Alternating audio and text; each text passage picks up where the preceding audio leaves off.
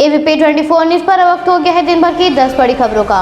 राहुल गांधी ने संपूर्ण लॉकडाउन की मांग करते हुए कहा, संक्रमण के प्रसार को रोकने के लिए लॉकडाउन ही एकमात्र समाधान है। राहुल गांधी ने केंद्र पर आरोप लगाते हुए कहा, केंद्र की निष्क्रियता से निर्दोष लोग मर रहे हैं। राहुल गांधी के साथ साथ रणदीप सुरजेवाला ने भी केंद्र पर निशाना साधते हुए कहा, देश में संक्रमण की संख्या 2 करोड़ के पार, संक्रमण से मौत की संख्या 2,19,000 के पार।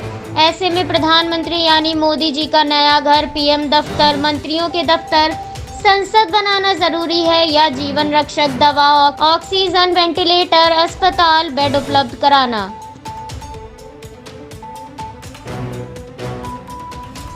उत्तर प्रदेश के मुख्यमंत्री को डायल 112 कंट्रोल रूम पर व्हाट्सएप मैसेज भेजा गया है। सूचना मिलने पर अधिकारियों ने पड़ताल शुरू कर दी और सुशांत गोल्ड सिटी थाने में तहरीर देकर मुकदमा दर्ज कराया गया।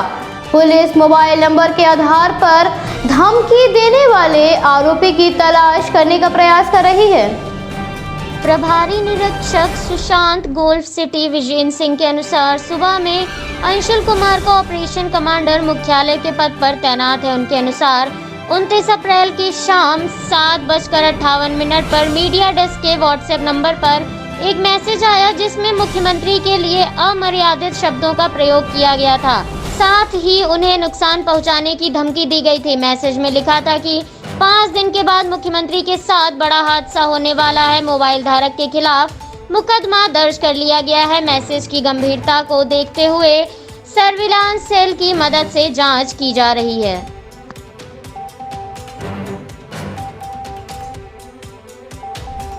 कोविड-19 संक्रमण के विकराल रूप धारण करने के साथ ही केंद्र सरकार ने राज्यों को आदेश देते हुए कहा, जिन जिलों में संक्रमण ज्यादा है वहां पर 14 दिन का लॉकडाउन लगाया जाए। केंद्र ने राज्यों को संक्रमण से ज्यादा प्रभावित जिलों की जानकारी एकत्रित कर यदि संक्रमण दर 10% या उससे अधिक है, स्थानीय तौर पर लॉकडाउन लगाया जा सकता है। जिस घड़ी में उत्तर प्रदेश सरकार ने लॉकडाउन की अवधि 6 मई तक बढ़ा दी है। इसके साथ ही चंडीगढ़ में भी 11 मई तक लॉकडाउन लगाया गया है। केंद्रीय स्वास्थ्य मंत्रालय ने कहा, संक्रमण दर अधिक होने के साथ ही अगर किसी एक विशेष स्थान पर सबसे ज्यादा मरीज सामने आ रहे हैं या फिर मरीजों की संख्या बढ़ती जा रही है तो वहां भी स्थानीय लॉकडाउन लगाया जा सकता है। केंद्र ने पूरे राज्य फिर जिले में लॉकडाउन लगाने की सिफारिश नहीं की है। मंत्रालय के अनुसार देश में करीब 250 जिले ऐसे हैं जहां संक्रमण दर 10% या उससे अधिक है।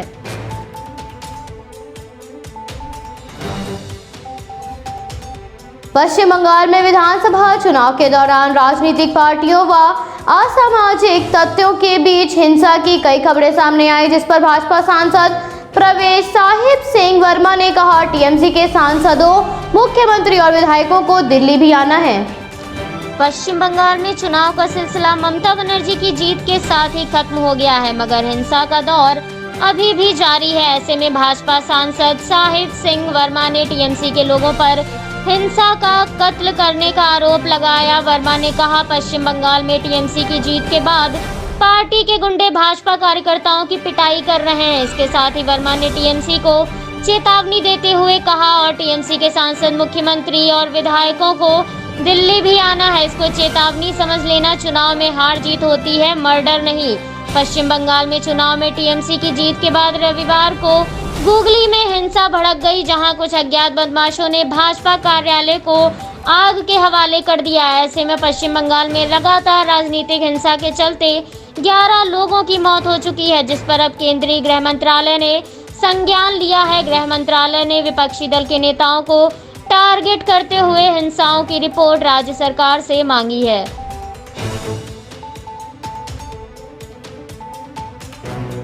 संक्रमण के बढ़ रहे मामलों को देखते हुए भारत में व्यवस्थाएं पूरी तरह से विफल हो गई हैं। ऐसे में भारत की तरफ कई देशों ने मदद का हाथ बढ़ाया है। इजराइल ने भारत की मदद करते हुए मंगलवार को दवाएं, चिकित्सा उपकरण समेत राहत सामग्री भेजी है।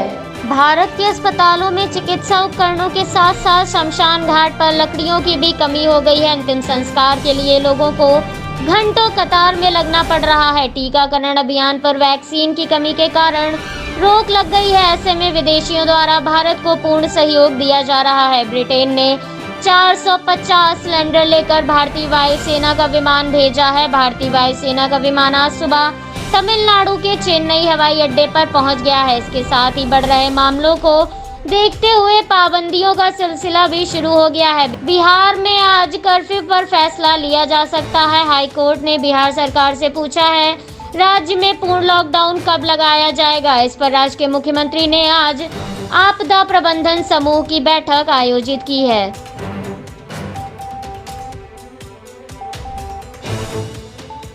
पूरे भारत में कोविड-19 संक्रमण का कहर अपने चरम पर पहुंच रहा है। ऐसे में इस संक्रमण से भारत में चल रहे इंडियन प्रीमियर लीग भी अछूता नहीं रहा है। आईपीएल पर भी संक्रमण का कहर मंडराने लगा है। दिल्ली में खेले जा रहे आईपीएल मैचों में खिलाड़ियों की सुरक्षा को ध्यान में रखते हुए बीसीसीआई आईपीएल को मुंबई में शिफ्ट करने पर विचार कर रही है। दिल्ली और अहमदाबाद दोनों ही जगहों पर संक्रमण के मामलों में लगातार बढ़ोतरी हो रही है, जिसके चलते ही बीसीसीआई को खिलाड़ियों की चिंता सताने लगी है। बीसीसीआई के सूत्रों के अनुसार चेन्नई सुपर किंग्स और राजस्थान रॉयल्स के बीच बुधवार 5 मई को होने वाला आईपीएल मैच अब बाद की तारीखों में आयोजित किया जाएगा। ये फैसला खिलाड़ियों की सुरक्षा के मद्देनजर और फैल रहे संक्रमण के खतरे को देखते हुए लिया गया है। हाल ही में चेन्नई सुपर किंग्स के खिलाड़ियों की रिपोर्ट पॉजिटिव आने के बाद मैच को स्थगित कर दिया गया और इसके साथ ही कुछ और भी मैच स्थगित हो सकते हैं। अभी वेन्यू पर 31 मुकाबले और खेले जाने बाकी हैं। बता दें, जब से आईपीएल शुरू हुआ है मुंबई में रोजाना 10,000 से ज्यादा मामले सामने आ रहे हैं, लेकिन 3 मई को यहां से 2,662 मामले सामने आए थे। ऐसे में 17 मार्च के बाद से सबसे कम संक्रमण के मामलों को देखते हुए बोर्ड इस हफ्ते टूर्नामेंट को मुंबई में शिफ्ट कर सकता है।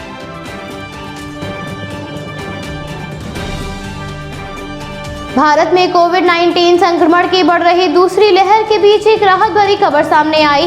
प्रतिदिन 3.5 लाख से ज्यादा मामले सामने आने के साथ ही 1 मई की तुलना में बीते 3 दिनों में मरीजों की संख्या में कमी दर्ज की गई है, जिस पर केंद्रीय स्वास्थ्य मंत्रालय के वरिष्ठ अधिकारी ने इशारा करते हुए कहा कि राज्य में संक्रमण के दैनिक मामलों में कमी आई है।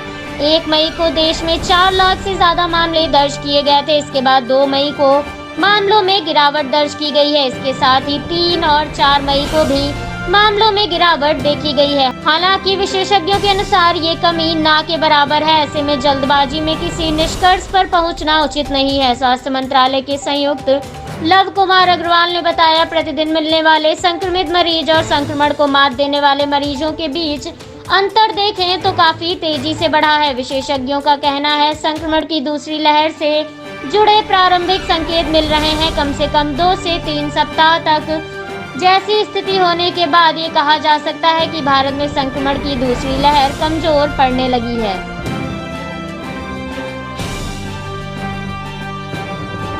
देश में महामारी ने कोहराम मचा रखा है। ऐसे में महामारी की चिंता किए बिना अपनी जान पर खेलते हुए पत्रकारों द्वारा लगातार लोगों तक खबरें तथा जागरूक करने का काम जारी है। ऐसे में उत्तर प्रदेश सरकार ने पत्रकार और उनके परिजनों को टीकाकरण में प्राथमिकता देने का फैसला लिया है।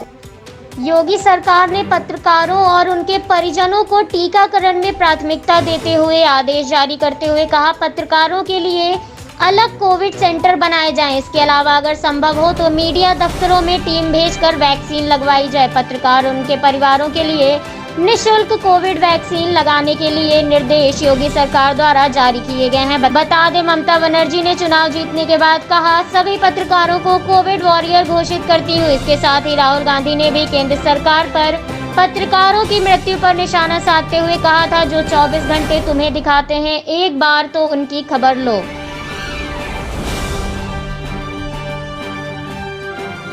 कोविड-19 संक्रमण के बढ़ रहे मामलों में हल्की गिरावट दर्ज की गई है। पिछले 24 घंटों में संक्रमण के 3,57,229 मामले सामने आए हैं। इसके साथ ही 3,449 लोगों की मृत्यु हो गई है। भारत कोविड-19 महामारी की दूसरी लहर से ग्रस्त है। संक्रमण के बढ़ रहे मामलों में आज हल्की गिरावट देखी गई। इसके साथ ही इस महामारी को पिछले 24 घंटों में 3,20,289 लोगों ने मात दी है, जिसके साथ ही इस महामारी से स्वस्थ होने वाले लोगों की संख्या लगभग 1,66,13,000 के पार है। इस महामारी से ग्रस्त होने वाले लोगों की संख्या लगभग 2,02,82,800 के पार है। मरने वालों का आंकड़ा लगभग 2,22,000 के पार चला गया है। इस समय भारत में सक्रिय मामलों की संख्या 34,47,133 है। भारत में दुनिया का सबसे बड़ा टीकाकरण अभियान चल रहा है। इस अभियान के तहत अब तक 15,89,32,000 से ज्यादा लोगों को कोविड-19 वैक्सीन की खुराक दी जा चुकी है।